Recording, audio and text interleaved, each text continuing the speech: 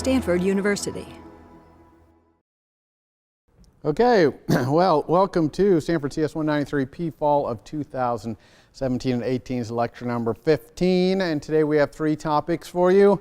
One is alerts and action sheets. So that's a way of kind of notifying the user when an extraordinary event happens, or to help your user make a branching decision where to go now in the app, where there's kind of, two or three choices of where they can go.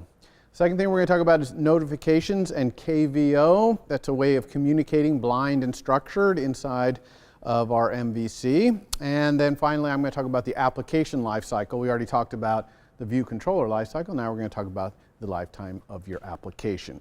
All right, so let's start with alerts and action sheets. These two things are very similar. The API to use them is almost identical, so I always talk about them together. They're a little bit different. An alert, it pops up in the middle of the screen. Okay, they're both modal. They kind of take over your screen, but alert pops up in the middle. Generally, whatever the alert is telling you or asking you, you're only going to have one or maybe two choices to respond. It would be unusual to have an alert even with three buttons in it. It's usually for asynchronous things like a network failure or something that happens out of the ordinary. You don't want to use an alert as just a way to talk to your user and ask them a yes or no question, things like that. Alerts are pretty disruptive to the user interface experience because they lock out the entire app and force you to deal with this thing. So it's not a primary kind of user interface element. It's more of an emergency situation, asynchronous, unusual, that kind of thing.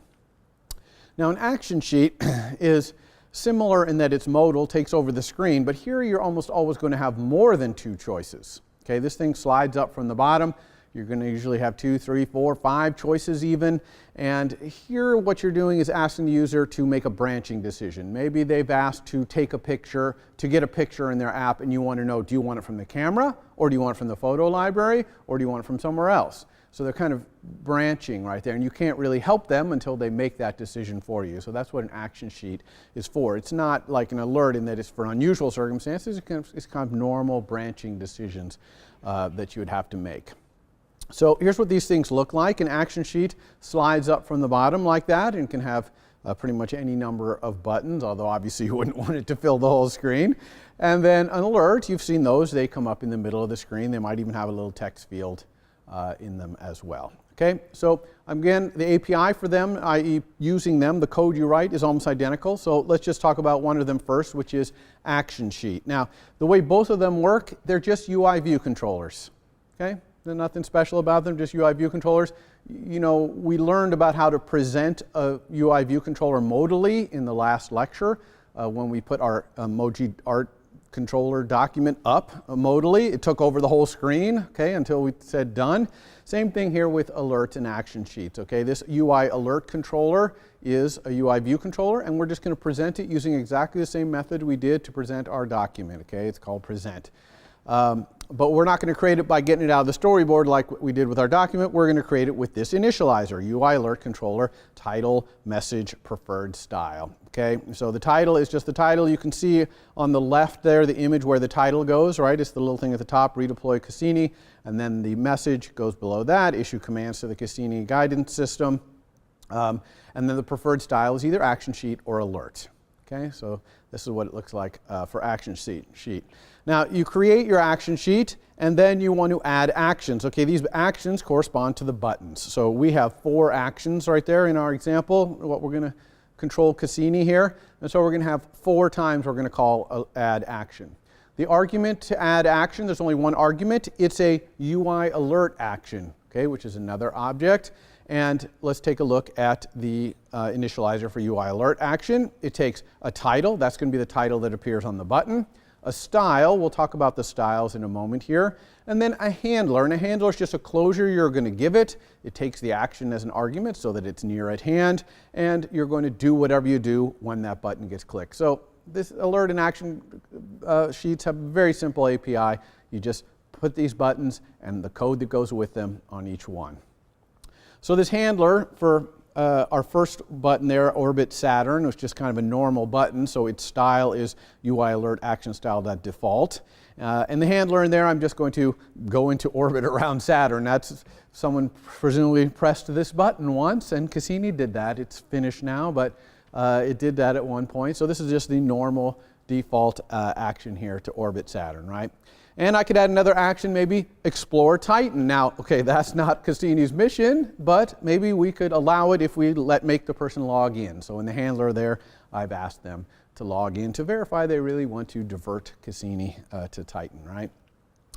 How about the next one, which is the close-up of the sun? Okay, well, if I really wanted to send this Cassini off to the sun, that would almost certainly destroy Cassini. And that's why it has a little different style there, which is dot destructive. You see where it says style dot destructive. So a dot destructive item is going to show up in red text right there. And it's any choice that is going to make a kind of significant unrecoverable action happen. For example, you're going to delete something out of a database. Okay, that might be a destructive action. Obviously, crashing Cassini into the sun, that would be a destructive action. Okay, so that's what dot destructive style is there.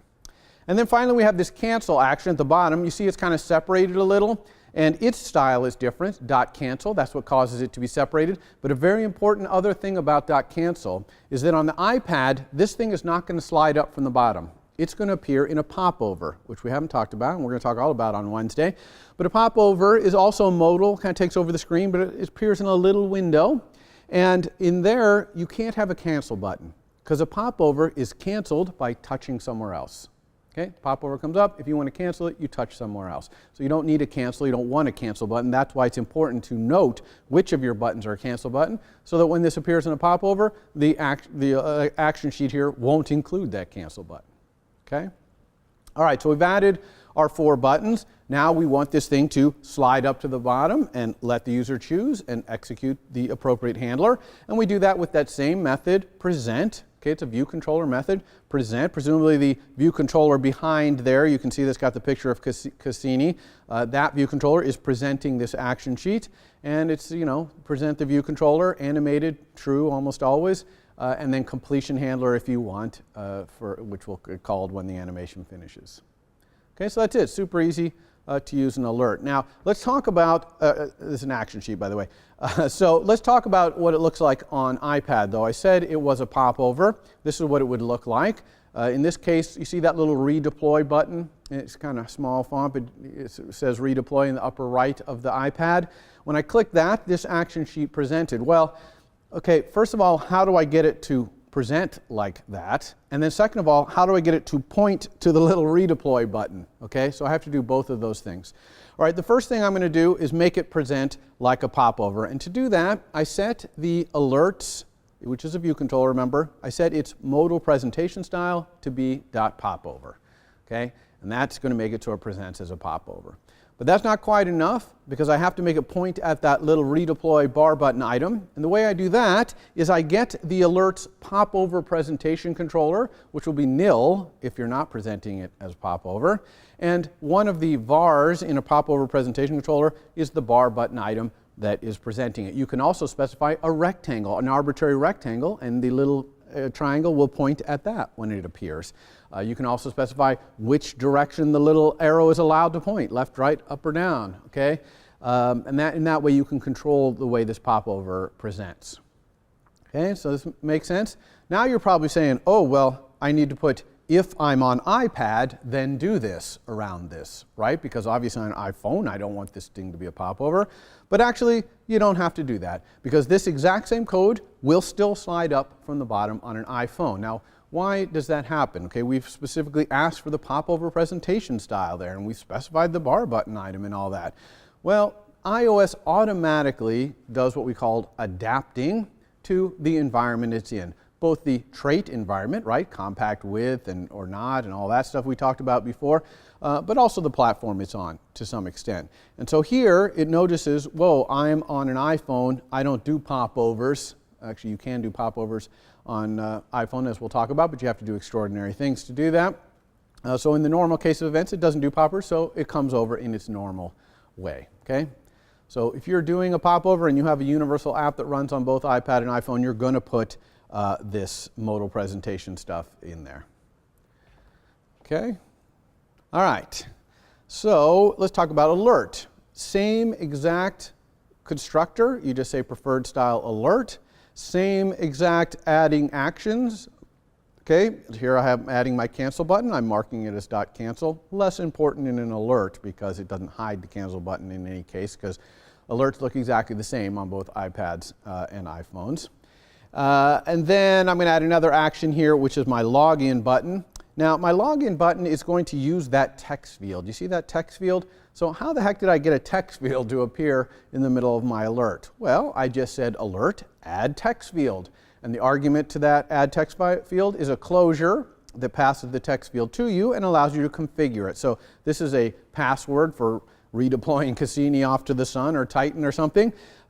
So I want it to have secure text entry. So I'm using the text field var there is secure text entry, which is part of the text input traits protocol that text field implements. And you could do this more than once. You can have more than one text field. I recommend against that. And I generally recommend against using an alert as a login screen. Okay, don't do that for your final project. If you have a login screen, make it a normal part of your UI. Don't have it be an alert.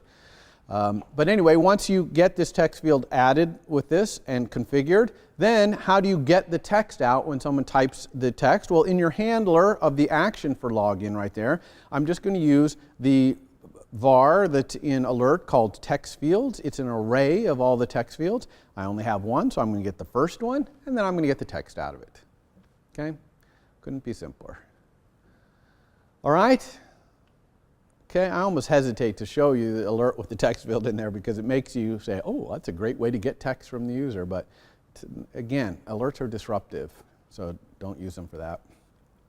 All right, and I'm going to present this in exactly the same way I presented the action sheet, which with the present method, which presents just all present does is it presents a view controller modally. And of course, this is a mode because the whole screen is dimmed out except for this middle box. All right, and as I said, on the iPad, alerts look exactly the same. Okay, there's no difference. Okay, so that's alerts. So let's put an alert in emoji art just so we can see this in action. And here's the alert I'm going to put in. Right now, emoji art, if you drag any image into emoji art, it'll work. And that's because I have that image fetcher, remember that? And the image fetcher allows you to specify a backup image.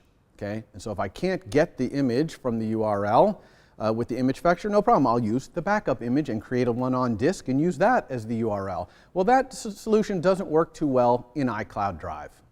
Because I create an emoji art document on my iPad, I drag in something that I couldn't get its URL, so I just put the image locally, put it on iCloud Drive, I go over to my iPhone, I look at it, I can't see it because it's using the backup image which is on my iPad. So I'm going to fix my emoji art just to simply not accept those things. Okay, so if you drag in something that I can't get its image from the URL, I'm just going to reject it. Now, I could just quietly reject it. Okay, and the user will probably be like, what's going on? I keep dragging this in, it won't take it. But it'd be much better if I put up an alert and said, I couldn't get the image from that URL, sorry. Okay, so that's what we're going to do. However, once I got used to that, then I probably don't want it coming up every time. Okay, because I do get the feedback when I drag in a bad image, it just does nothing. And eventually I'll learn, oh, that one I can't drag in, I'll have to pick something else. And so I'm going to have my alert have two buttons. One is keep warning me about this, and the other one is stop warning me about this. Okay, those are the only two buttons on my alert. And the alert is otherwise just going to say, I couldn't get the image from that URL. Okay, so that's what we're going to build. So let's go do that. To our emoji art, here we are. So here's emoji art. If you remember, we do all of our image dropping down at the bottom here in our drop interaction delegate. See, right here's the image fetcher. Here's where we drop. When we get the URL, we fetch it with the image fetcher. But if we get an image, we use it as a backup image. Okay, so we're not going to do this anymore. Okay, I'm going to, in fact, stop using the image fetcher altogether. So I'm just going to comment that image fetcher out. Instead, what I'm going to do is what you did probably in your homework, hopefully, and what we did last week or the week before in the image view controller, which is I'm just going to fetch this thing directly. Now, one thing I have to be careful about here is I don't want to block the main queue. And this closure, okay, the one that load objects, plural, okay, that I do on a session, this one is a convenience method.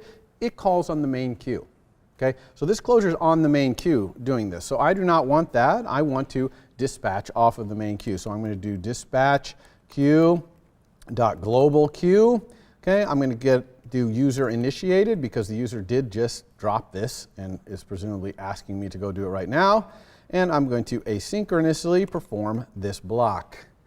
Okay, and what I'm going to do in this block is go try and fetch that image. So I'm going to say if I can let the image data equal trying to ask the data to get the contents of this URL, but I'm actually going to use the image URL as you learn in your homework. Sometimes you got to massage that URL a little bit to get the right thing out of there.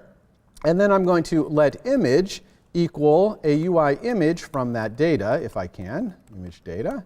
And if I was successfully able to do all that, and I'm doing this all in another thread, so it's nice, I'm not blocking the UI, now I can use this URL absolutely normally. Of course, I want to now dispatch back to the main queue, all right, because I'm going to do UI thing, which is I'm going to say self.emojiart background image equals the URL and its image. Okay, I'm also going to do self.document changed. This is calling the method that used to be called save. Okay, and then after last lecture, I told you I was going to use delegation to automatically track changes. Well, this is one of the changes I have to track. If you change the background image, I have to let the document know that it's changed. And we're going to look at document change in a little bit later demo today. It's exactly the same as save. I just renamed it to document change, but we definitely want to do that in here. Now, here's the rub. Here's the alert magic. If I couldn't do that, if I was unable to get that image out of there, now I want to put up an alert instead of using that backup image. So I'm going to say here self.present bad URL warning. And I'm going to actually pass the URL along. Now, why am I passing that URL along? I'm not going to do this for time reasons, but you know what would be a really cool thing is someone drags something in, it puts up the alert. They're like, don't warn me again. And they say stop. Okay? But then they drag another one in and it doesn't work. Okay? And then they try a different one, it doesn't work. And they're like, oh, it's broken. Okay? They've kind of forgotten that they said stop warning me that. So somehow you might want that alert to come back on at some point, right? And what would be a cool way to do that? How about if they drag the same URL in twice? Because that's them saying, okay, drag it in. Oh, it didn't work. Why didn't that work? Let me try again. Okay, well, if they're trying again, they probably forgot about that alert. Maybe, maybe not, but it's likely. So that's the kind of thing you can do in your UI that's a little tricky, that allows them to turn things like that back on without having to go to settings somewhere and turn it on, which is really cumbersome. It's just kind of using their natural things that they're doing in the UI, you can make decisions like this. Does that make sense? So I just kind of want to give you this kind of a classic example of that. So that's why I might pass this URL on, because I might want to check to see if it's the same URL. Now I'm not going to do that today for time constraints, but I just wanted to give you the idea you could do that. All right, so let's do our private func here, present bad URL warning for URL. And what am I going to do in here? I'm going to create that alert and present it. Okay, that's why we're here, to learn about alerts. So creating an alert is just creating that view controller. So let alert equal UI alert controller. Why they didn't call it UI alert view controller, I do not know. They did not. Okay, so UI alert controller, and the constructor for it here, we always want this one down here. Okay, you can see this one's that NS coder stuff we learned about before. This is kind of an old style thing. We always want this one right here that gives us the title, the message that's going to go in there, and the style, whether it's an action sheet or an alert. And so our title here, what's happening? Well, they dropped an image, we couldn't get the data. So I'm going to call this thing image transfer failed, maybe. It's actually very important to pick good phraseology here, because you don't want to freak your user out like, oh my gosh, what did I do, or whatever. You want to try and give them something that gives them the authority, kind of projects some authority that this, don't worry, this happened, I understand it, and here's your options. But not something that's so technical that they're like, what? Like if we said something like, couldn't load from URL. Okay, well, users don't even know what URLs are. Okay, so you wouldn't want to put URL in here. You see what I'm saying? So image transfer, when they're dragging, presumably they're trying to transfer that image. It's a good name. Maybe we might want to say image drop failed, possibly. You know, this is the kind of thing you user test and you try and get the right words. Of course, the other thing here is we want to localize this, and I'm going to talk hopefully the week after Thanksgiving about how to localize your app for other languages, because we want our app to run in as many languages as possible. So we have to make that string be able to be localizable, and it's quite easy to do in iOS, but we'll learn about that in a couple weeks. And now here's the message where I'm going to tell them more about what happened. So here I'm going to say that I'm kind of saying what happened here, which is that I couldn't transfer the dropped image from its source. Again, I'm not mentioning the term URL or anything like that. Just doing that. And of course, this is an alert, not an action sheet, so we'll say that. So this creates this view controller, and then I'm just going to present. I am a view controller here. Present. So I can call this method on myself. It's a view controller method, present. I'm going to present the alert, animated, true, and I don't have any completion thing I want to do, so I'll just leave that off. Okay, but of course I need to add my buttons here. So what buttons are going to have? Well, remember I'm going to have keep warning me and stop warning me. Okay, so let's do the keep warning one first. So I'm just going to say alert add action, and remember the action, you can see, takes this one argument, which is a UI alert action, and that has only one initializer, which is this one right here, which I'll make so you can see even better here. All right, so it wants the title. That's the title of the button. So this is the one where I'm going to keep warning the person, and the style for this is just default. This is the normal default button. Keep warning isn't anything special. It's not going to change anything really. We just keep on warning them. And I actually don't need a handler here because I'm not going to do anything if you say keep warning me, because that's what I do by default. So I'm just going to get rid of that. And that's my action. Okay? So a lot of time cancel buttons and OK buttons, they don't have any action. They don't do anything. And this is kind of like an OK button in a way. But our other button, alert add action, UI alert action, this one does have a handler, and let's talk about how we're going to implement this. It's on one page there. So here the string is stop warning. Okay, now if I just have stop warning and keep warning, that's really not enough information for people to understand. What do you mean stop warning? You know what I mean? So I actually want to add a little more to my message up here. I'm going to say something along the lines of show this warning in the future? Question mark? Now, keep warning and stop warning make a lot more sense. Okay, I've added some more things. However, you don't want this to be yes and no. Okay, having buttons in an alert, yes and no, that forces the person to go carefully read and parse the message you said. And they don't get any double check that they read it right before they press yes or no. Okay, so always try to pick things that are more descriptive than yes or no, like keep this warning, stop this warning. Okay, you still have to be brief. You don't want these buttons to have 10 words on them. So it's a compromise between brevity and making sure the person understands. Now I'm going to call this destructive because it's going to stop it doing something that it does pretty much permanently unless I go add that feature where I compare the URLs and turn it back on. So I'm going to set this to destructive. So it's going to turn out red. It's going to make the user think a little bit before they press that, which is exactly what I want. Okay, and how about our handler here? So the handler passes this action back to us. Okay, and we usually don't need that because we can just capture it in using closure capture would capture this action.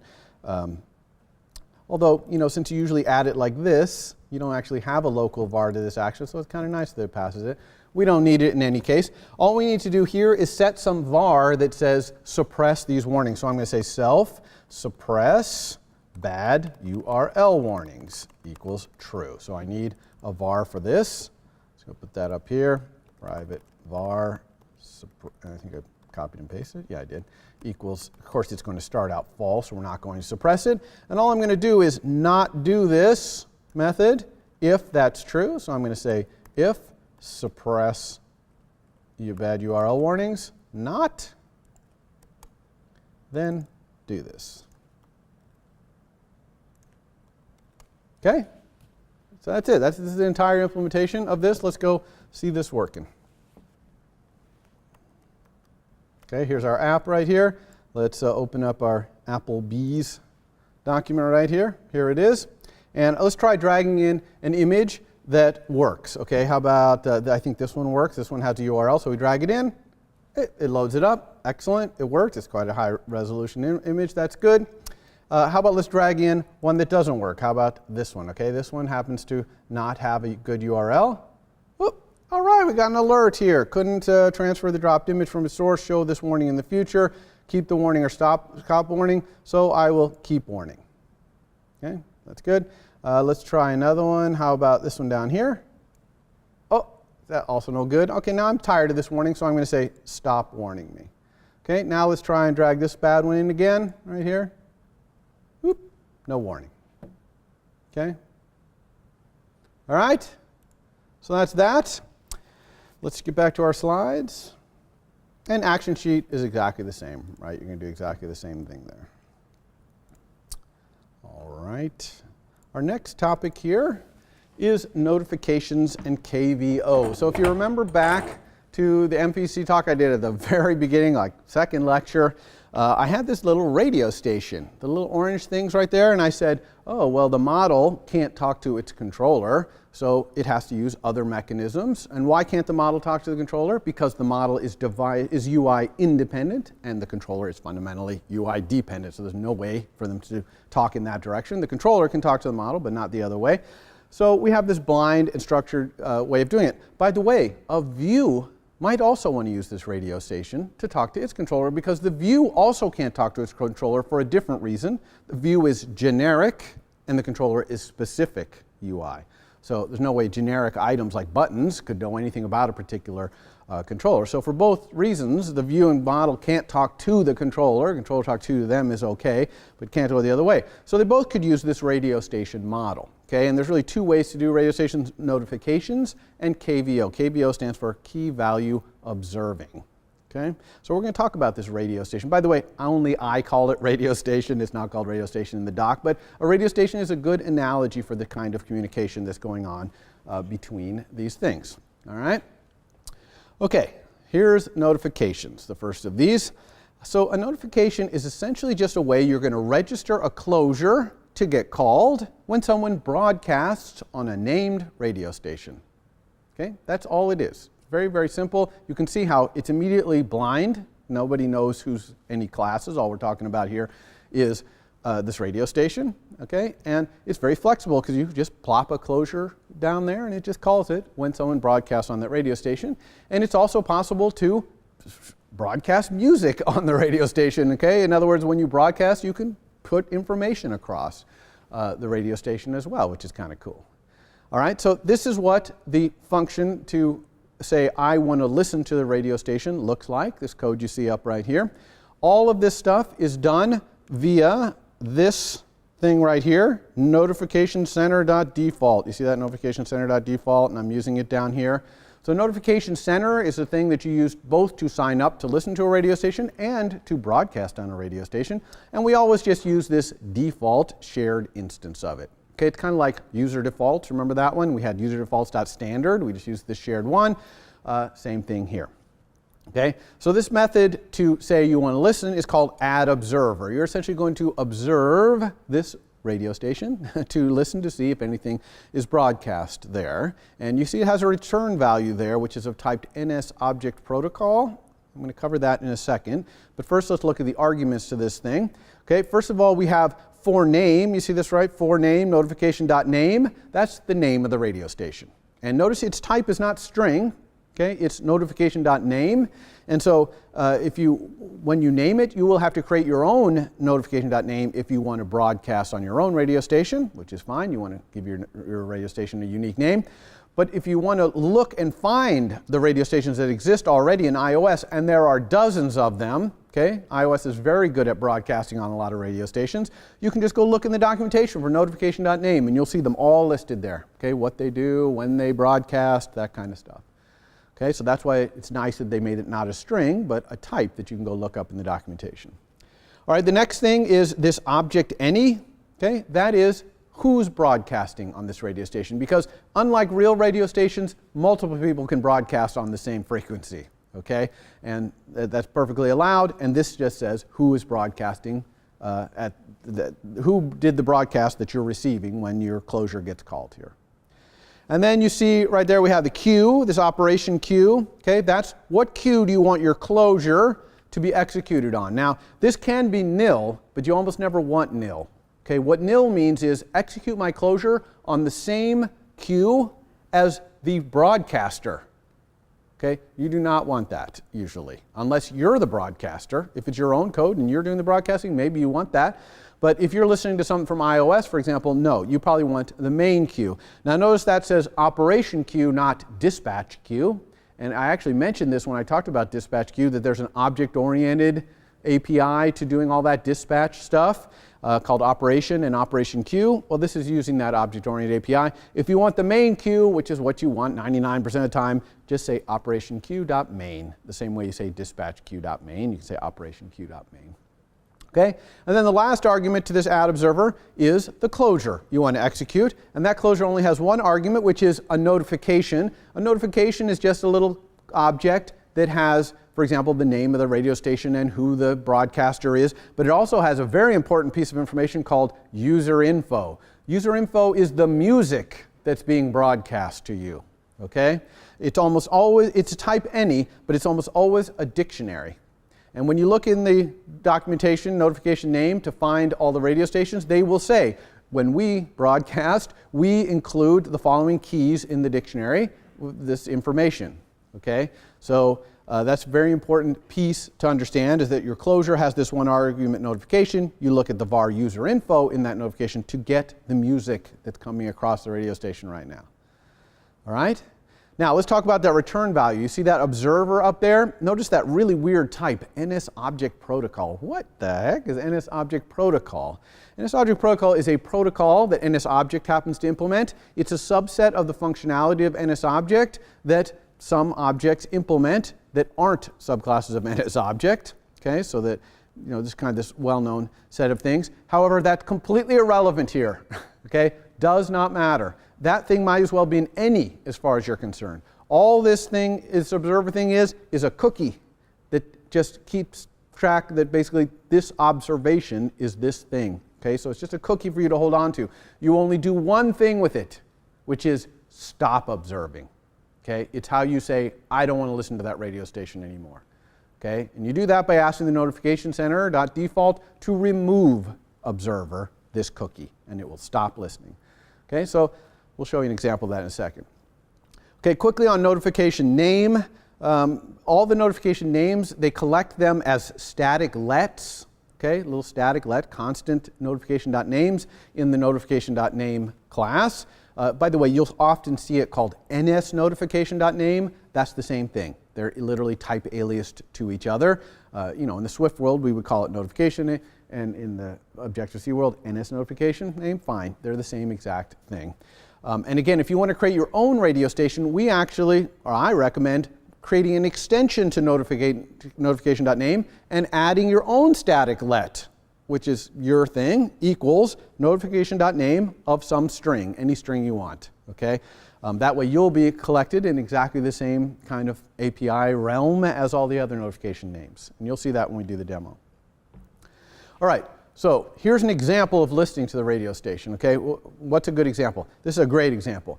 Remember the slider that sets your font size, the accessibility slider? You can make it bigger and smaller. Well, you can find out because there's a radio station broadcast anytime that changes. Okay, so that's a great thing to know. If you have something in your UI whose font is based on that, for example, we talked about doing the cool thing of having the collection view on the top of emoji art, having its emoji get bigger or smaller based on this slider, okay, which would not be that hard to do. I'm not going to do it as a demo, but you could do it as an exercise. The main thing we would have to do is have our cell size be fixed to this font size by doing our little font metric scaling. And we would also have to have a layout constraint for the height of our collection view that we would want to set in code to be the height of the cells, because remember that our cells can't be larger than our collection view, so we'd have to make the collection view bigger and the cells. But we could easily do that, but if we did that, we would definitely want to be listening to this radio station, because every time that font changed, we'd have to relay out our collection view, of course. All right, so here's what it would look like.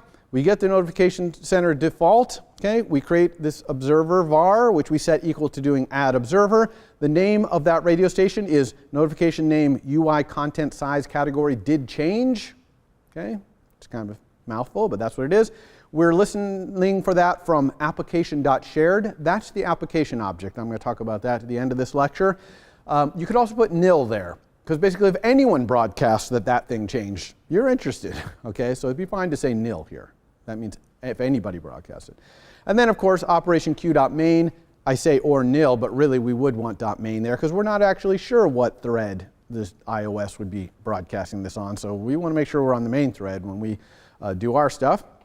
And then our closure. Now inside our closure, we cause our collection view to redraw. Whatever we do is fine. And also notice there's some music broadcast on this station, which is you can find out the content size category. And so there's names for all those détentes in the slider there, like UI content size category small, UI content size large, UI content size category accessibility large, which is even larger, and there's like very large and extra large. I don't know, there's all kinds of different spots in there that you could look at if you wanted to. But you're probably not going to. You're probably, in that collection view example, just going to resize your font based on the font metrics. Remember how we do that scaled font thing off the UI metrics? You would just cause that to recalculate. All right, now notice that I hold on to var observer right there, okay, and then I remove it when I'm done. So there's a good question here. When do I add and when do I remove observing? Okay, well, almost always you're doing this as part of something you're doing in a view controller. So a perfect time, and probably 90% of the time, when you get view will appear or view did appear, you add observer. And then on view will disappear or view did disappear, you remove the observer. That make sense? Because you're only interested in really getting these size changes while you're on screen. Now if you do that, of course, the size might change while you're off screen. So when you get view will appear, you probably also want to look at the size category, which you can do. UI application has a var for that, and adjust your collection view then before you appear. But it's kind of a waste for you to be listening to that thing all the time and changing things when you're not even on screen. Okay, so view will appear, view did disappear are great places to put add observer, remove observer pairs. Always pair these things. Don't forget to remove observer. Okay, how about broadcasting on your own radio station? Okay, how do you do that? You do that with the notification center default as well. The method there is called post. The first argument, the name, is the name of the radio station. You get to make that up. Okay, we've talked about how to do that. Object, that's you. Okay, that's who's sending it. Usually that's self. You can make it any object you want, but that is who the notification center will report as the sender, the broadcaster. And then user info, that's your music. Okay, and that's almost always you're going to want to put that as a dictionary of any hashable thing to any's. Okay, so it's very flexible. You can put anything you want in there. Now, as soon as you call this method, it will immediately call all the closures for that have add observer to your radio station with the following caveat. It's only going to immediately call them if they specified queue nil, because then it's going to execute their closures on the same queue as this. Okay, so it executes right away. If they specified a different queue like the main queue, then this is going to post their closures to execute, and it'll execute as soon as that queue gets around to their closure. Okay, so that's notifications. All right, KVO. Now, I'm going to spend 2 slides on this, but I want to emphasize up front, this is not a major important thing. You're going to do this. Most quarters, I don't even talk about this. Okay, but I kind of decided to throw it in this quarter just so you could kind of know it exists out there. It's not really a primary way of doing things. Notification is much more of a primary way. This, much less primary. Okay, and it's because it's kind of limited a little bit in its application. So what is KVO? The basic idea here is, when it comes right down to it, it's the idea of registering a closure that gets executed when a property on a subclass of NS object changes. Okay, that's pretty much what it is. Now, let's talk about some of the caveats I just put there. To make KVO work, okay, you can't just have any property and you change it and someone can register a closure. Think about the overhead of doing that, okay? You would not want that for every property. A lot of properties are probably the access is inlined by the compiler, so there's no way you'll be able to do that. So there's a mechanism that's required to do this. Now, NSObject, remember what NSObject is, right? It's the root of all iOS classes, right? So UIView controller, UIView, they all eventually inherit from NSObject. So NSObject puts this mechanism that makes it possible to watch a property into it. So that's why I say this is for subclasses of NSObject. You could put this mechanism in your own object, however. It's not that difficult. I'm not going to cover it, but people usually don't. They just use the mechanism using NSObject by having their thing, whatever it is, their class, subclass from NSObject. Okay, so that's the first thing to understand. There's kind of some mechanism there that you would have to implement if you didn't want to subclass NSObject. What is this thing good for? What's KVO good for? Well, it's kind of good for some of the same things as notification, blind, structured communication between things, especially between models and their controllers, but also between the view and their controller, or even between a view and itself, as you'll see in the demo here. Not every property works with KVO. As I said, that would be ridiculous. For a property to work with it, not only do you need the NSObject mechanism, but the property has to be what's called key value coding compliant. Now, what that means is that property can be set by sending set value for key, where the key is the key path of that property, and get value for key to get it. In other words, there's this functions, set value for key and value for key, that you can call to get the value of the property. Okay, that has to be possible on the object. That has to work if you want to do it, and that's called key value coding compliant. So the property has to be that way. Now, you have to do some work to make that happen. Okay, properties don't just magically make that work. You usually have to implement something like value for key and set value for key to make that work. Now, there are a few properties scattered throughout iOS that are key value observing, that work with key value observing. Most notably in UIView, center and frame are key value observing. So you can observe the center or frame of a view, and you can find out when it moves. So that's kind of cool. Also, most of the properties in the CA layer underneath UIView, remember the place where we put the border around the view back in assignment 3 or something like that? That layer that's doing a lot of the drawing for UIView, that layer is mostly key value observing compliant, okay? So you can observe things happening at that layer as well. And there are scattering other places. For example, core data. Remember core data, the object-oriented database?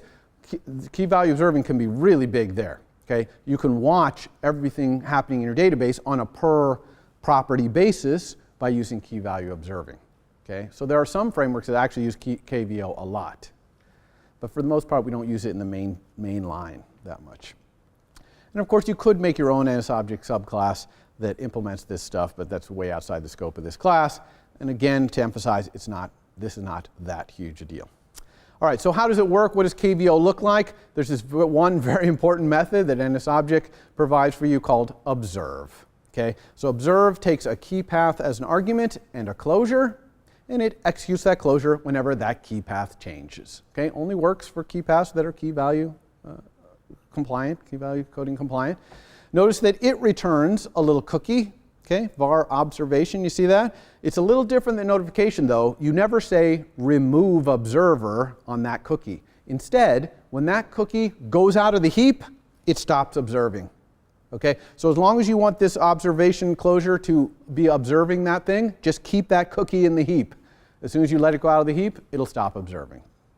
Okay, now the arguments you see to your closure, of course you get the thing that's being observed handed back to you. You also get this thing change. That change is of type NSKeyValue observed changed, and that's a little object that you can get the old value of the thing, the new value of the thing that changed, that kind of stuff. Okay, it just basically tells you about the change that happened to cause your closure to get called.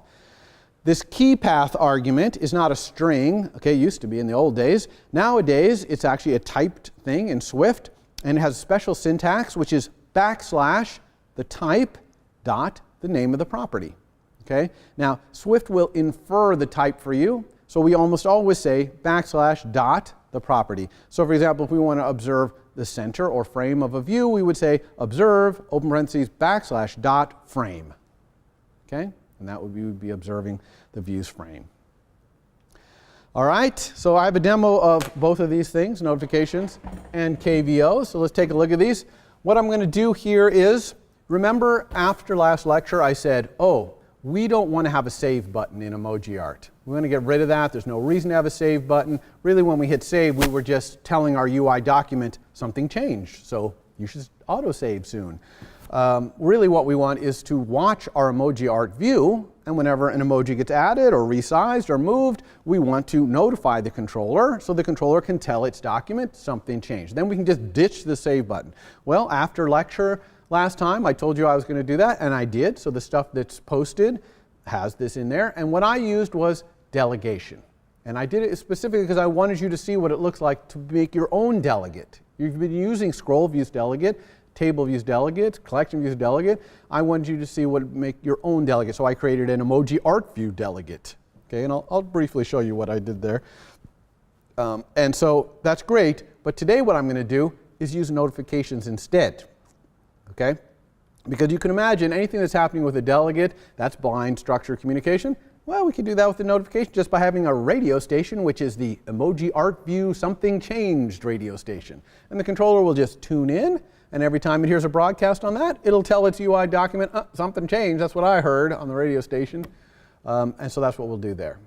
And then KVO, there's a great use of KVO here, which is right now I had to go down where my gestures are. Remember I dragged in some gesture code. I had to go in there. For every time a gesture changed the position of emoji, I had to tell my delegate something changed. So I had a lot of code in there for that. So I'm just going to rip all that code out, and instead I'm going to observe the center of my emojis. And when my emojis move, or even when they're resized, because when they resize, they have to be repositioned, right? Because they grow from the upper left corner, so I have to keep repositioning. So I'm always setting the center again.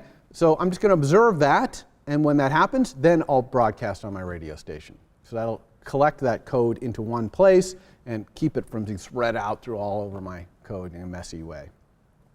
But before we do that stuff, I'm going to do a simple notification thing, which is I'm just going to observe the state of my UI document changing. Okay? You know how our UI document goes through these document states: normal, closed, progress available when it's reading and writing, saving error. Remember all those states? Well, we're going to watch that happen just to kind of get a warm up on notifications to see what that looks like. So let's do that one. I'm going to go up here. Here's view will appear right here and close, right? So here's our document opening and closing up here. So all I'm going to do here is when my document first appears, I'm going to start watching my document, and it broadcasts on a radio station that tells me when its state changed, okay? So what does that look like? Well, again, I need to capture the return value, so I'm going to call it my document observer equals, let's go ahead and make a var for that. Private var document observer. Remember, it's an NS object protocol optional. Again, it's just a cookie. We never send a message to this ever. We don't even know what messages it responds to. So we're going to create this document observer here. I'm going to do notification center dot default. Okay, that's how we do all of our stuff. I'm going to do add observer. So here's add observer for name. Make this a little easier to read. So I want to do here. I wish they had a little command key I could do that would just do this for me. All right, so we're going to listen to the document state radio station. So let's find the name of it. Okay, I'm just going to type notification.name dot, and you're going to see how many radio stations there are in iOS. Okay, a lot. Okay. And you can go look at all these and what they broadcast and what music they play and all these things. We've already talked about some of these things. For example, keyboard. Okay, here's a keyboard did hide, will show. Okay, that gets notified to you. And then, of course, the content category size did change thing, right? There's that there. So the one we want is UI document state change. You see the first one there? Okay, so UI document state change, that's the radio station we want to listen to. We're only interested in broadcasts from our document. Okay, that's the sender, that's who we want to broadcast. We, of course, want to be on the main queue here. And here's the closure that's going to be executed when someone broadcasts on that. Here's our notification. Now this notification, I think it actually does have some music on there, which is probably the document state, but I don't even need it because I've got my document right here, so I'll just grab its state. I'm just going to say print document state changed to, and we'll say our self.document, document state. I actually added a little extension to document state right there so that it would print it out nicely, .normal, .close, those kind of things. Now, anytime you start listening on a radio station, you immediately have to think, oh, when am I going to stop listening on this radio station? Well, here I'm starting even before my document opens, okay, but I'm waiting until view will appear. So I'm going to stop. I could stop in view will disappear or view to disappear, but I'm actually going to stop when my document is fully closed. Once it's fully closed, I certainly don't want to be watching it anymore. So let's go down here where we close. Okay, this is the close. Here's where we're closing. Right now we don't use the little success closure that happens when we close, but I'm going to start using it. Success in, in space, right, return. Okay, and in here I'm going to remove observing this document observer. So I'm just going to say here, if I can let observer equal my document observer, then I'm going to ask the notification center, default center, to remove that observer. In other words, stop observing that. Okay? Pretty cool with that? Anyone understand what I'm saying here about this is the completion closer from closing a document? Okay, so once it's closed, that way we'll be able to observe it closing. It'll be nice. Okay, so let's go run this and watch our console. So I got my console going down here. Oops, actually, this is my console over here. All right, so let's run. All right, so here's our app. So we haven't opened any documents, so we have nothing on here. I'm going to go ahead and clear out my console. So we haven't opened any documents, so we haven't gotten any document state change. So I'm going to open our Applebee's. Here's our Applebee, and look, document state changed to normal, right? Because we opened the document, now it's in normal. Now, how about putting something in here, maybe an apple, something like that? Now, what's going to happen to the state right now? Okay, well, eventually it's going to autosave. Okay, it does it about, I don't know, once a minute or something like that.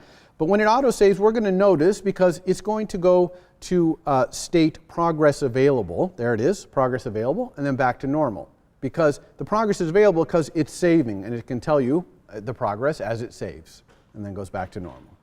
Okay, I'll show you another trick here. You can force an autosave, by the way, by threatening to switch to another app. Okay, watch this. I'm going to drag up from the bottom like, ooh, I'm going to switch to another app. Okay, this caused an autosave. Now, it didn't do it here because we haven't made any changes, but this is a great way to make sure that your changing stuff works. So watch this. Now I'm going to add something here. Now when I do this threat, whoop, it's saved. Okay, see what happened there? So when you threaten to switch to another app, autosave will autosave because it's just afraid, oh my gosh, I might get killed or who knows what, I better save. So that's a nice trick to know when to do that. Okay, and if we close this, then we get the state changed to closed. Okay, so this is cool. We just listened to that radio station. We're just reporting what happened. All right, now let's go ahead and have our emoji art view be a broadcaster. Okay, we are listening to our UI document, which it's the broadcaster here, and we're the subscriber to the radio station. Now let's go the other way. Let's have it broadcast. So I'm going to go over to emoji art, and what I'm going to do is everywhere where I was doing my delegation, I'm going to use notification instead. So let's first review what I did after last lecture to implement delegation.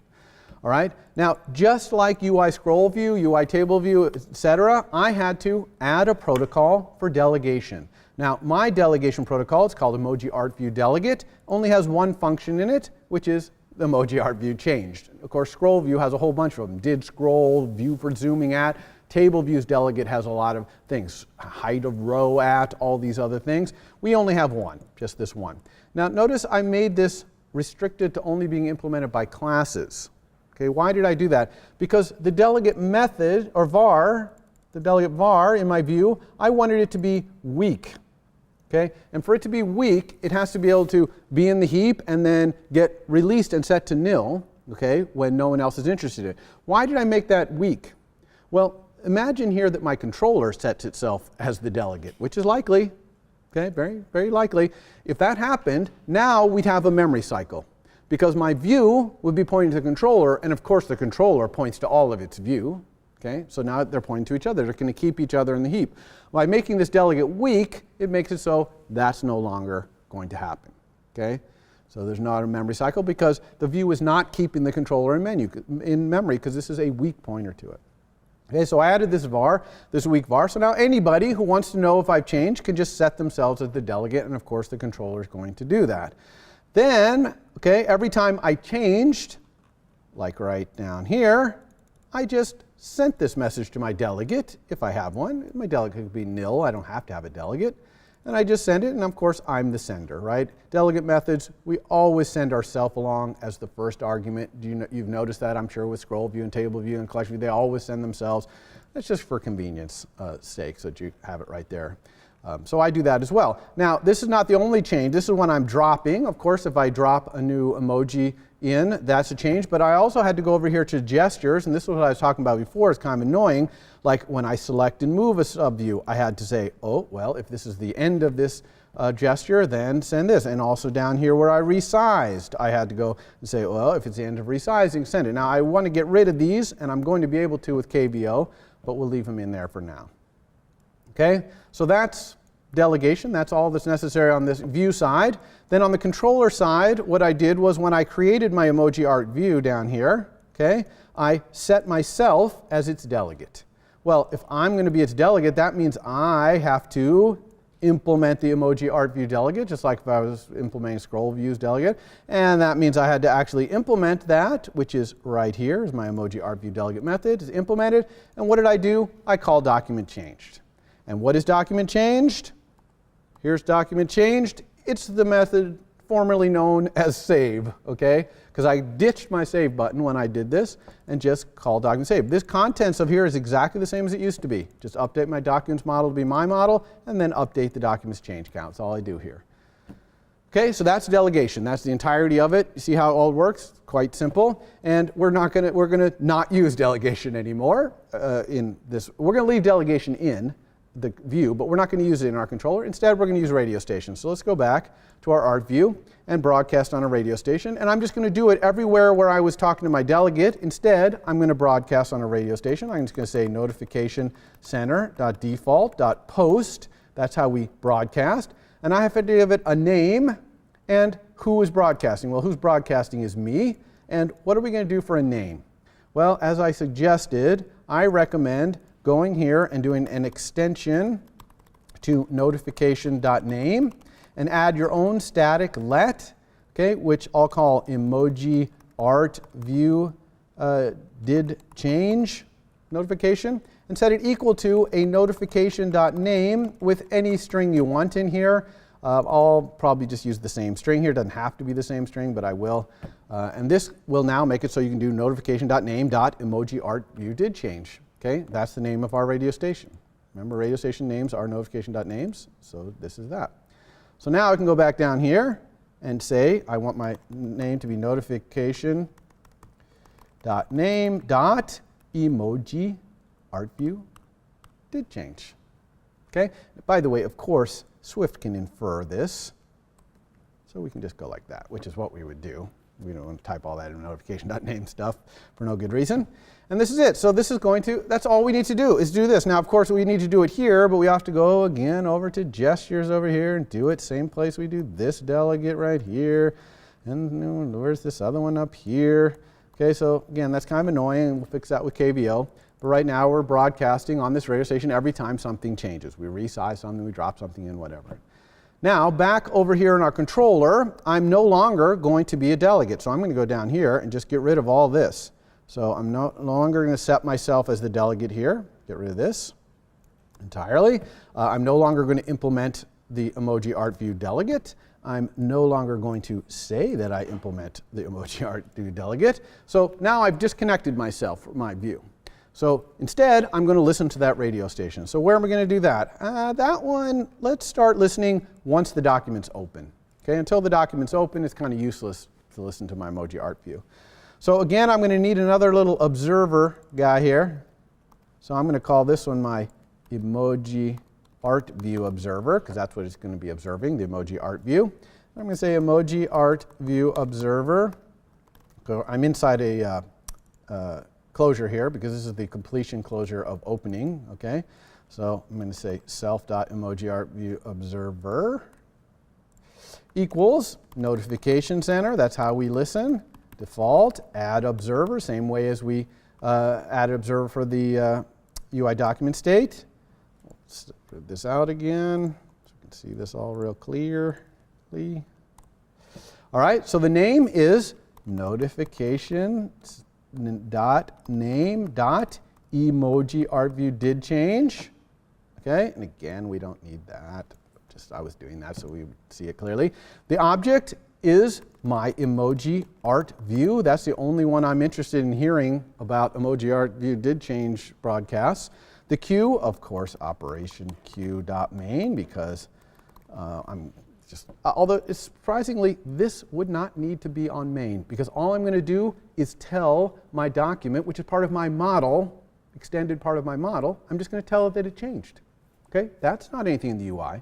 So I don't necessarily have to do that here. I could put nil here and be pretty safe no matter what thread I'm broadcasting on. Now, I happen to know that my emoji art view is broadcasting from the main thread, right? Because it did it when it dropped or when someone resized. Clearly, I'm on the main queue there. Okay, so it wouldn't matter. But anyway, okay, so here we go. Now, we do get this notification. Turns out that our emoji art view does not play any music when it broadcasts. It could maybe send you the label that it added or changed or something, but it doesn't. That's okay. We don't care, because all we want to know is that something changed, so we can say document changed. Right? That's it. Now, of course, we need to stop listening to this. When's a good time to do that? I'm going to do that when you hit close. And I'm going to do it whether or not you successfully close, because I'm going to get dismissed.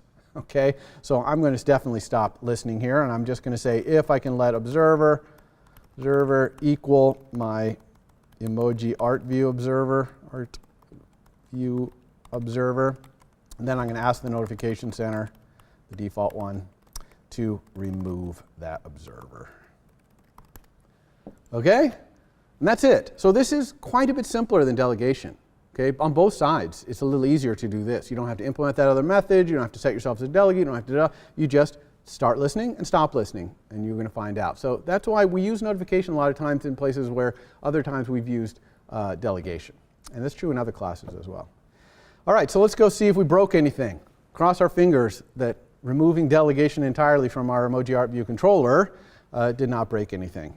And luckily, we have that other observing going on, so we'll be able to tell. So here's Applebee's. Let's bring up our console there, change to normal, that's good. Now, hopefully, when we drop something in, hopefully that caused radio station broadcasts to happen so that we notice something is different. And hopefully, this is going to auto-save in a moment. And we could force the issue by threatening to go somewhere else.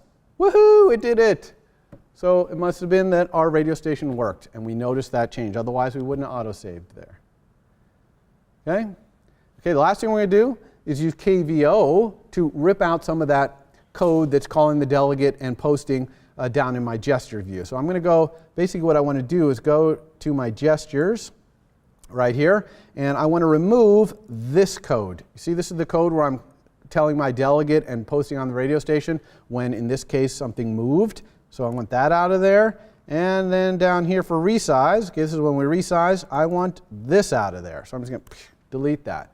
But I obviously still need to tell people when I've changed. So I'm going to go back to my art view here. And as soon as I add a label, I'm going to have that label be observed for its center changing. And if its center changes, I'm going to notify my delegate and broadcast on my radio station. I'm basically going to do this right here. So how do we do that? Okay, the trickiest thing about this, it's actually quite easy. We're just going to do label observe, observe, and what property are you observing? /dot center, okay? And when we observe, we get a closure. The closure is going to pass the label back to us and that little changed object right there. And we can do whatever we want in here. And what do we want to do? We want to do this. Tell our delegate and tell the radio station something changed. But remember, observed returns a cookie. Okay? And we have to keep that cookie in the heap as long as we want this to happen. So I'm going to do that by having a little private var, which I'm going to call my label observations, okay? Which is going to be a dictionary with UI views as the keys and these NS key value observations as the values. Okay? Now, putting things in this dictionary is going to keep things in the heap, but only as long as this emoji art view is in the heap. As soon as this emoji art view leaves the heap, this will leave the heap, and all the observations will leave the heap. Woohoo! Okay, so that's what's great about this, not having to do that remove observer thing like you do with notifications, because when things leave the heap naturally, the observations naturally stop. However, what if we don't leave the heap and we remove that subview? Okay, we don't actually have any UI to remove our emojis. That once they're in there, they're there forever. But we could imagine putting some sort of gesture that would remove them. So we want to anticipate that day, and I want to make sure we remove it. So first of all, let's put the observation, key value observations in here. I'm going to say label observations sub the label equals this observation. Okay, so this is the label observation for this label, right? Now I have to, whenever this view gets removed from SuperView, I have to let this observation leave the heap. In other words, I have to remove it from here. Everyone understand that? So how do I do that? Well, luckily, there is a nice method in Vue called will remove subview. Okay? And of course, we're going to call super will remove subview.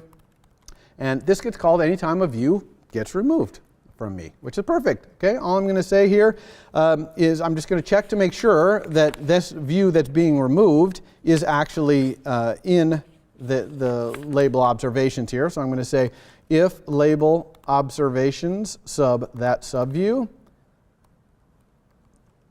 oops, does not equal nil, okay? In other words, we have an observation for it. Then I'm going to set the label observation for that subview to nil. Boom, it just left the heap. Okay, as soon as I clear that thing out of this, it went away, it stops observing, which is exactly what I want. Okay, everyone got that? So that's all we need to do this. Let's make sure we didn't break anything here. Okay, so we got our Applebee's right here. Let's change something. Okay, let's take this 8-ball, move it over here. And then let's try and threaten, oops, let's get our console up here. Console, move it back to here. Okay, let's threaten to go somewhere else. Woohoo, it auto-saved, okay, it worked again. All right, sound good? Okay, back to our slides. Good timing here. Okay. Now you'll remember we talked about the Vue controller lifecycle, right? Vue will appear, Vue did appear, all these things. Well, the same kind of thing happens with your application. And it kind of goes through this chart up here. So I'm going to talk about how it transitions through all these stages. But first I want to talk about the stages. So first of all, there's foreground inactive. And that is a place where your code is running, but you're not getting any UI events. So you can't do anything. Okay? So you can only do kind of preparation work in this space.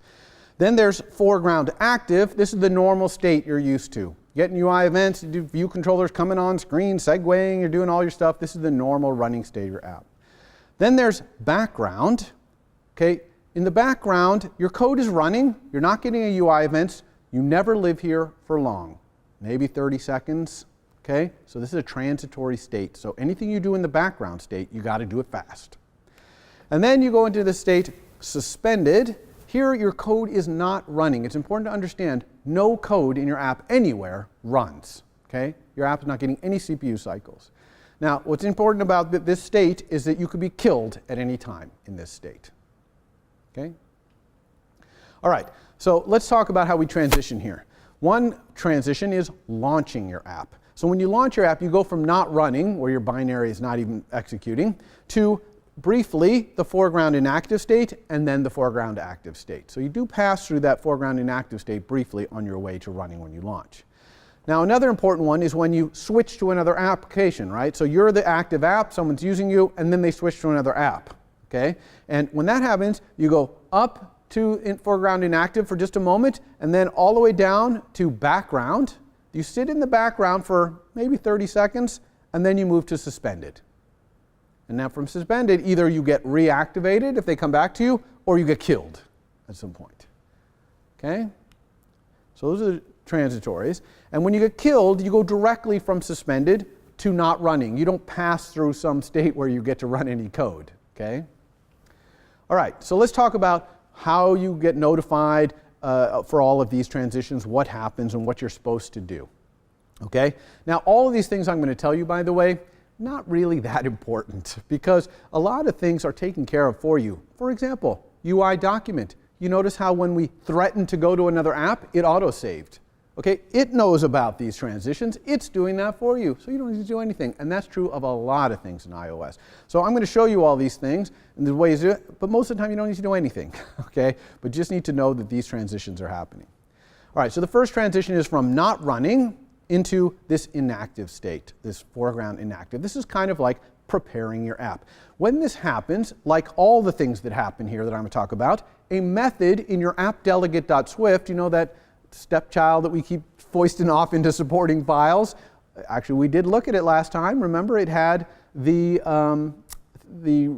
thing where you open a URL. Remember, we had that little code in there that we're talking about, that UI document browser view controller handles opening a URL for us. Okay, so we have looked in there, but there's a lot of methods in there, and that's what all of these transitions have, is they call methods in there. And you'll see there's stubs in there. If you go look at it, there's stubs in there that have commented out stuff that kind of tell you about them. So this is all pretty well documented in there.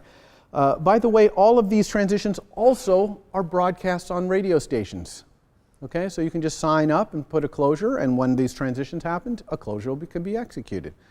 All right, so that's important to know as well. Not so useful for the very first one, which is application will finish launching with options. An application did finish launching with application, because that's one of the first times you actually get to run your own code. Okay, and notice that that thing has a little dictionary passed in. Right, application will and did finish launching with options. That dictionary tells you why you were launched. Okay, now why would you be launched? Well, of course, the user might have touched on your icon. That's most of the time. But you can also get launched because someone wants you to open a document. Okay, we're emoji art, and somebody wants us to open an emoji art document, and we're not running. We could get launched to do that. You can also set up things where you get launched when the user walks by a dry cleaner. Okay, you can actually register a place in the world and walk by, boom, you'll get launched. Okay, you can also have this activity continuation thing where you're working in emoji art on your iPad, and then you switch over to your iPhone, and then in the corner there's a little icon you press. Now you're right back in emoji art where you were. Well, that might have to launch you. Okay, you might get a push notification.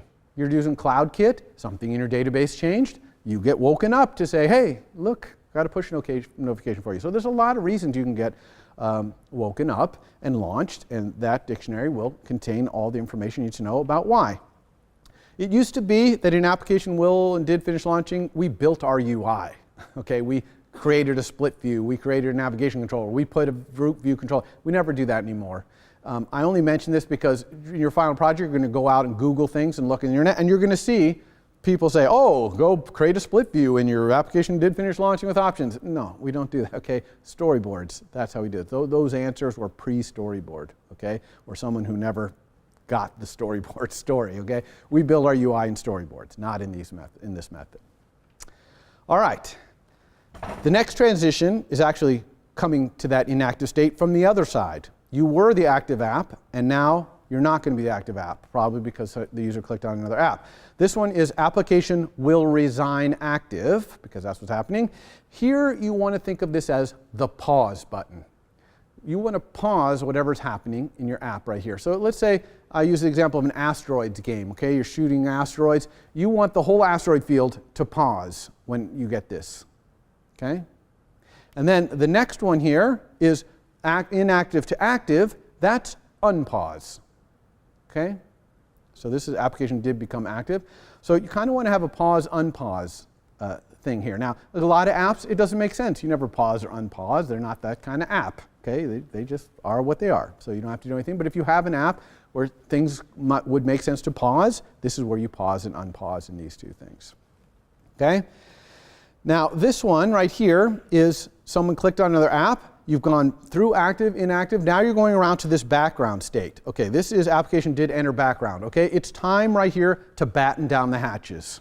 Okay, close your files. Get yourself in a situation where you could be killed. You got about 30 seconds here to prepare to be killed. You might not be killed, but you might be. So you want to not have any files open that are going to get corrupted if it gets closed, or an unsaved data in your close things up here. Okay, that's what it is. And you get 30 seconds to do it. You can ask for an extension, short extensions of time, but if you ask too much, the system will stop granting you those extensions. So pretty much think about you got 30 seconds or so to get your hatches battened here. Okay?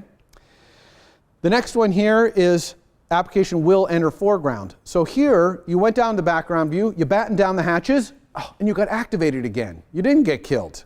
Here you want to unbatten down the hatches, okay? Open back up the things that you had closed. Now, a lot of times you don't need to do anything here because you're opening up things that you close in the battening down the hatches on demand anyway. If you try to access a file and it's not open, well, you'll just open it then, okay? So oftentimes you don't have to do anything here, and I kind of recommend writing your code in that way so that you don't really have to ever unbatten down the hatches. Okay, so that's all the things that happen, and all those things you get radio station, all those things you have methods in the app delegate you can do. But the app delegate does some other things as well in there. For example, the opening URL thing we saw last time. It also can do background fetching, okay, which is kind of cool. Let's say you have a Twitter client or something like that, and when someone relaunches your app, you want to show them the latest tweets. Well, you can actually set up your app to fetch the latest tweets in the background, even when your app is not running. And what will happen is it'll get launched, but it won't come on screen, and you'll be in that background state for a little bit of time where you're allowed to make a couple of network requests for your 30 seconds or whatever, and then you go back to sleep. Okay, so you can do that with the app delegate. It also manages data protection. I don't know if you know this, but when your device is locked in the lock screen, apps cannot see the data. It's encrypted. Okay, it is fully encrypted, so the apps couldn't do anything if they wanted to. So the app delegate will tell you what's going on about when you can access the files, things like that. Okay? There's also a UI application, which the app delegate is the delegate of. We never subclass UI application. We use the app delegate to configure its functionality. However, UI application does have a few interesting things, like it has a method so you can open a URL in another app. Okay? So your image gallery, and maybe you ask to open an emoji art document, you can ask using that open URL. Here's where you register for push notifications. So this is something you have to do if you want that CloudKit thing to notify you. You have to register for push notifications there. You can set the fetch interval for that background fetching I talked about. Here's where you ask for more time if you're in the background mode and you need a little bit more time to finish up. That's happening in UI application. The little spinner in the top left of your device that says there's network activity, that's controlled with this bool. Unfortunately, it's a bool. So if you have multiple threads accessing the network, they got to share this bool, which is kind of annoying. But and you can also find out about things like how much time do I have left to run in the background? What is that preferred content size category? You know, the slider for the font size. What state am I in? Am I in the foreground, the background? Where am I? You can find all those things out with UI application. All right, quickly, info plist. We already saw info plist in your homework. You used it to add that app transport security, right? You can actually edit this directly in XML. You just right-click on it and switch to source as XML. You can do that. The only reason you would ever want to do this, sometimes you will get a snippet of XML from somebody that does something, enables something in your plist, and you're going to paste it in here. Okay, but usually we don't even edit the plist thing directly like we did with app transport security. We edit it in the project settings like we did with document types, right? The document types we had for emoji art view and for your image gallery, we edited that all in project settings. Okay, and the project settings is mostly editing the info plist indirectly. And finally, we have capabilities. We talked about this with CloudKit. There are certain things that to use them, you have to turn them on. Okay, this capabilities tab inside of your project settings, like this. Some of these things require servers, like Apple Pay and iCloud and Game Center. Some don't, like Maps and Inter-App Audio, HomeKit, none of those do. The things that require a server, you can only turn these on if you are a member of an Apple developer program. Okay, that costs $99 a year. And you can kind of see why that is, because to access these server technologies, there kind of needs to be stuff in that server that knows about you and is providing your stuff. Well, they got to know who you are for real. You can't just be some random Apple ID out there. You want to be registered in the program. And the $99 seems to me mostly an administrative fee. It's not very much money for the amount of functionality that you're getting with all these servers, push notifications, all these things. It's all covered in one $99 per year fee. I don't have time to cover all these, but this is a great place to go look for interesting, not covered in lecture things to do. Okay, go look through this list and see if you can find something fun to do in there. All right, that is it. On Wednesday, we're going to talk about super important topic, and this is the last topic I cover really before you launch into your final projects this week, which is segues. Okay, we know about show segues and show detail segues, right? The navigation controller and split view controller. And we know about modal segues too a little bit. We put up our emoji art document modally, but we're going to learn popover segues more than just for alerts, but popover segues in general. Also unwinding segues and embed segues, two kind of underappreciated segues that you can do that are kind of cool. We're going to learn all about that, and I'll be demoing it all on Wednesday as well. Okay, next week is Thanksgiving, so get a week off. That'll be great, and then we'll be back at it the week after. All right, see you on Wednesday. For more, please visit us at stanford.edu.